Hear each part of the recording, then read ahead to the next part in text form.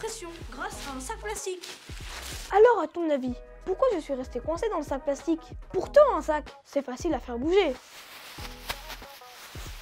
Et en plus, j'ai de la force. En fait, on vient de mettre en évidence la force que la pression exerce sur nous.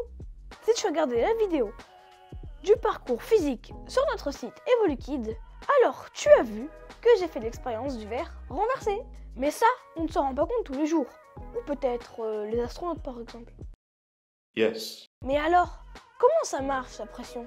En fait, l'air, c'est des milliards de molécules qui bougent dans tous les sens. Ces molécules qui bougent dans tous les sens, elles tapent à chaque fois qu'elles rencontrent un obstacle. Et des milliards de molécules qui tapent, ça fait une force.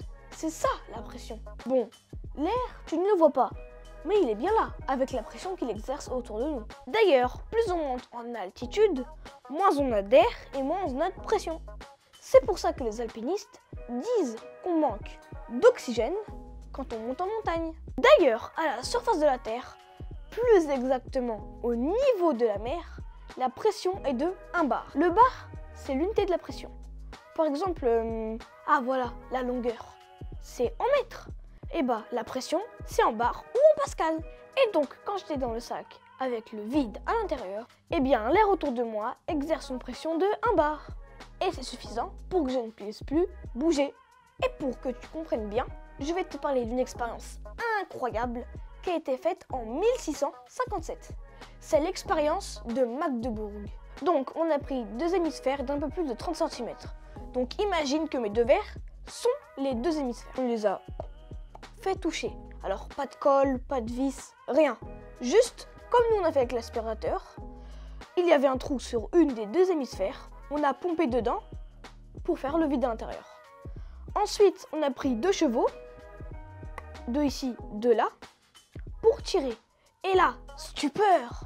Impossible de les séparer. La seule force qui les maintenait ensemble, c'est la pression de l'air tout autour. Et il a fallu 16 chevaux pour le séparer, sachant qu'un cheval, c'est très musclé. L'expérience de Magdebourg, comme la nôtre avec l'aspirateur, a permis de démontrer l'action de la pression atmosphérique. Maintenant, tu sais que l'air autour de toi exerce une pression. Et tu sais que tu pourras t'en servir pour faire plein d'expériences avec. Alors rendez-vous sur evolukid.com pour regarder toutes mes vidéos. Et pep, il y a aussi ma chaîne. Dessus, je fais du gaming, je fais aussi des expériences scientifiques comme bientôt un tuto pétard, voilà comment on fabrique un pétard. C'est Darkmat92 son nom, le lien est dans la description. N'hésite pas à t'abonner, à liker et à mettre la cloche sur ma chaîne et sur EvoluKid. À toi de jouer!